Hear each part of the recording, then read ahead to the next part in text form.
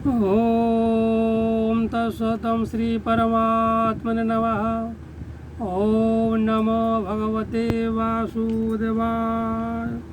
समस्त गीता प्रेमी दर्शक बंधु मोर नमस्कार।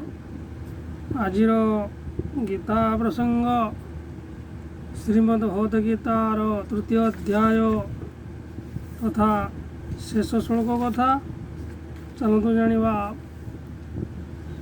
एवं बुद्धेः परं बुद्ध्वा असंस्तभ्यात्मानमात्मनः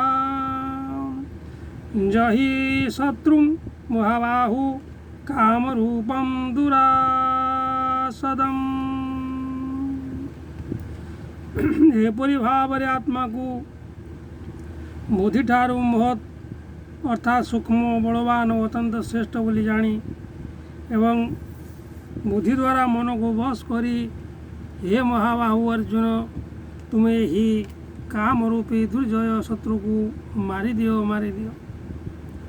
एठारे आत्मा को बुद्धि ठारू श्रेष्ठ बोली जानी काम को मारिया पाई कहिबार अभिप्राय कौन चलते जानिबा। भगवान कौन कहते श्रीकृष्ण मनुष्यर ज्ञान अनादि कालरू अज्ञान द्वारा आवृत हो रही।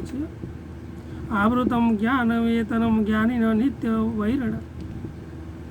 तेणु से निजर आत्मस्वरूप को भूली जाइछि। स्वयं सबुठारु श्रेष्ठ होई मध्य निजर शक्ति को भूली काम रूपक शत्रुर वश हो रही। आत्मार पाइले आभास सुबुद्धि हुई प्रकाश। लोक प्रसिद्धिरु एवं शास्त्र मान करू शुणी मध्य लोके आत्मा को सबुठारु श्रेष्ठ बोली मानु नाहंती। आउ केतक जानु नाहंती, जानी मध्य मानु नाहंती। जदि आत्मस्वरूप को भल भाव बुझी पारिबे तेबे राग रूपक काम अति सहजरे नाश होइजिवो। अतएव आत्मस्वरूप को भल भाव जानिबा ही यह को मारिबार प्रधान उपाय। जानिले ही जिणिब।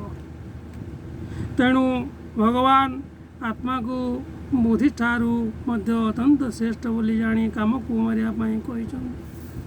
आत्मतत्व अत्यंत गूढ़ महापुरुष मानक द्वारा बुझाई दिया गले मध्य केवल कौन सी सूक्ष्मदर्शी मनुष्य यह को बुझा को सक्षम हो पारे। कोठोपनिषद कहुई समस्त भूतों मध्य छपि रही आत्मा लोक मान को प्रत्यक्ष हुए ना। केवल सूक्ष्मदर्शी पुरुष अत्यंत तीक्ष्ण और सूक्ष्म बुद्धि द्वारा आत्मा को प्रत्यक्ष करि पारंती। सूक्ष्म को अज्ञानी न देखे ज्ञानी देखई जक जक श्रीमद् भागवत कथा। एठारे केउ कारणरू आत्मन अर्थ मन और आत्मन अर्थ बुद्धि करा जाइछि। शरीर इंद्रिय मन बुद्धि और जीव यही समस्तंकर वाचक हेउछि आत्मा।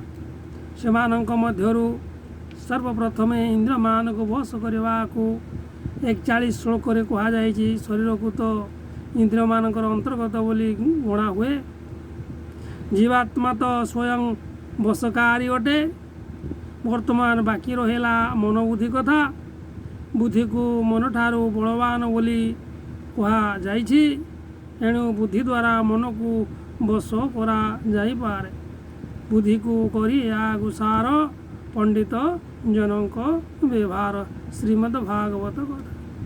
तेणु आत्मन अर्थ मन और आत्मन अर्थ बुद्धि करा जाइछि।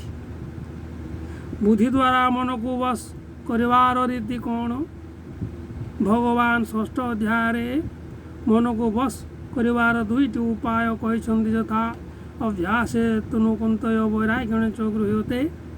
अभ्यास और वैराग्य द्वारा यही दुई मार्ग मन को वश करा जाई पारे। प्रत्येक इंद्रिय विषय मनुष्यर स्वाभाविक राग द्वेष रही थाए। प्रत्येक विषय मानकर सहित इंद्र मानकर संबंध हेबा समय ଯେତେବେଳେ ରାଗ ଦ୍ୱେଷର ଅବସର ଆସେ ସେତେବେଳେ ସାବଧାନ ପୂର୍ବକ ବୁଦ୍ଧି ଦ୍ୱାରା ବିଚାର କରି ରାଗ ଦ୍ୱେଷର ବଶ ନ ହେବାକୁ ଚେଷ୍ଟା କଲେ ଧୀରେ ଧୀରେ ରାଗ ଦ୍ୱେଷ କମ୍ ହୋଇ ଶେଷରେ ନଷ୍ଟ ହୋଇଯାଏ। ଏଠାରେ ବୁଦ୍ଧି ଦ୍ୱାରା ବିଚାର କରି ଇନ୍ଦ୍ରମାନଙ୍କ ଭୋଗରେ ବାରମ୍ବାର ଦୁଃଖ ଓ ଦୋଷ ଦେଖି ଇନ୍ଦ୍ରମାନଙ୍କ ଭୋଗରେ ଦୋଷ ଓ ଦୁଃଖ ବାରମ୍ବାର ଦେଖି ମନରେ ସେଥିପ୍ରତି ଅରୁଚି ଜନ୍ମାଇବାର ନାମ ବୈରାଗ୍ୟ ଏବଂ ବ୍ୟବହାର କାଳରେ ସ୍ୱାର୍ଥ ତ୍ୟାଗ କରିବାକୁ ଓ ଧ୍ୟାନ ସମୟରେ ମନକୁ ପରମେଶ୍ୱରଙ୍କ ଚିନ୍ତନରେ ଲଗାଇବାକୁ ଚେଷ୍ଟା କରିବାର ଓ ମନକୁ ଭୋଗ ପ୍ରଭୃତିରୁ ହଟାଇ ପରମେଶ୍ୱରଙ୍କ ଚିନ୍ତନରେ ବାରମ୍ବାର ଲଗାଇ ରଖିବାର ନାମ ଅଭ୍ୟାସ। ଆତ୍ମା ଯଦି ସ୍ୱୟଂ ସବୁଠାରୁ ଅଧିକ ପ୍ରବଳ ତେବେ ବୁଦ୍ଧି ଦ୍ୱାରା ମନକୁ ବଶ କରି କାମକୁ ମାରିବା ପାଇଁ ଭଗବାନ କିପରି କହୁଛନ୍ତି? ଆତ୍ମା କ'ଣ ନିଜେ କାମରୂପୀ ଘୋର ଶତ୍ରୁକୁ ମାରି ଦେଇପାରିବ ନାହିଁ ଯାହା ବୁଦ୍ଧିର ସାହାରା ନେବାକୁ କହୁଛନ୍ତି? ଅବଶ୍ୟ ଆତ୍ମର ବଳ ଅନନ୍ତ ଅସୀମ, ସେ କାମକୁ ମାରି ଦେଇପାରେ। ବସ୍ତୁତଃ ଆତ୍ମର ବଳ ଲାଭ କରି ହିଁ ସମସ୍ତେ ବଳବାନ କ୍ରିୟାଶୀଳ ହୁଅନ୍ତି, କିନ୍ତୁ ସେ ନିଜର ଅନନ୍ତ କ୍ଷମତାକୁ ବଳକୁ ଭୁଲି ଯାଇଛି ଓ ଯେପରି ପ୍ରବଳ ଶକ୍ତିଶାଳୀ ସମ୍ରାଟ ଅଜ୍ଞାନବଶତଃ ନିଜର ବଳକୁ ଭୁଲିଯାଏ। ନିଜର ଅପେକ୍ଷା ସର୍ବଥା ବଳହୀନ ସାମାନ୍ୟ ଚାକର ବାକରଙ୍କ ଅଧୀନ ହୋଇ ସେମାନଙ୍କର ହିଁ ହଁରେ ହଁ ନାଁରେ ନା ମିଳେଇ ଦିଅନ୍ତି। ସେହିପରି ଆତ୍ମା ମଧ୍ୟ ନିଜର ବୁଦ୍ଧି ମନ ଓ ଇନ୍ଦ୍ରମାନଙ୍କ ଅଧୀନ ହୋଇ କାମ ପ୍ରେରିତ ଉଚ୍ଛୃଙ୍ଖଳତାପୂର୍ଣ୍ଣ ମନମୁଖୀ କାର୍ଯ୍ୟରେ ସେମାନଙ୍କୁ ମୁକ ଅନୁମତି ଦେଇଦିଏ। ଏହାଦ୍ୱାରା ସେହି ବୁଦ୍ଧି ମନ ଓ ଇନ୍ଦ୍ରମାନଙ୍କଠାରେ ଛପି ରହିଥିବା କାମ ଜୀବାତ୍ମାକୁ ବିଷୟମାନଙ୍କର ପ୍ରଲୋଭନ ଦେଖାଇ ସଂସାର ରୂପକ ଜାଲରେ ଛନ୍ଦିଥାଏ। ଯଦି ଆତ୍ମା ନିଜର ସ୍ୱରୂପକୁ ବୁଝି ନିଜର ଶକ୍ତିକୁ କ୍ଷମତାକୁ ପ୍ରଭାବକୁ ଚିହ୍ନି ବୁଦ୍ଧି ମନ ଓ ଇନ୍ଦ୍ରମାନଙ୍କୁ ସଂଯତ କରିଦେବ ଏବଂ ସେମାନଙ୍କୁ ମନ ଇଚ୍ଛା କାର୍ଯ୍ୟ କରିବାର ଅନୁମତି ନ ଦେଇ ଚୋରଙ୍କ ପରି ଛକି ବସିଥିବା କାମକୁ ବଳପୂର୍ବକ ଦୂର କରିବାକୁ ଆଜ୍ଞା ଦେଇଦେବ, ତେବେ ବୁଦ୍ଧି ମନ ଓ ଇନ୍ଦ୍ରମାନଙ୍କର ଶକ୍ତି ନାହିଁ ଯେ ସେମାନେ ତାହା ଅମାନ୍ୟ କରିପାରିବେ ଏବଂ କାମର ସାମର୍ଥ୍ୟ ନାହିଁ ଯେ ସେ କ୍ଷଣକ ପାଇଁ ମଧ୍ୟ ତିଷ୍ଠି ପାରିବ।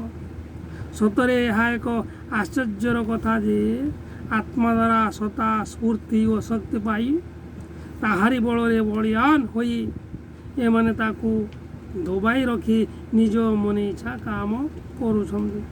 ଅତଏବ ଆତ୍ମା ନିଜର ସ୍ୱରୂପ ଓ ଶକ୍ତିକୁ ଚିହ୍ନି ବୁଦ୍ଧି ମନ ଓ ଇନ୍ଦ୍ରମାନଙ୍କୁ ବଶ କରିବା ଆବଶ୍ୟକ, ଅତି ଆବଶ୍ୟକ। କାମ ଏମାନଙ୍କୁ ଧରି ରହେ ଓ ଏମାନେ ଉଚ୍ଛୃଙ୍ଖଳତା ହୁଅନ୍ତି, ତେଣୁ ଏମାନଙ୍କୁ ବଶ କରିଦେଲେ କାମ ସହଜରେ ମରିଯିବ, ନଷ୍ଟ ହୋଇଯିବ, ଭ୍ରଷ୍ଟ ହୋଇଯିବ।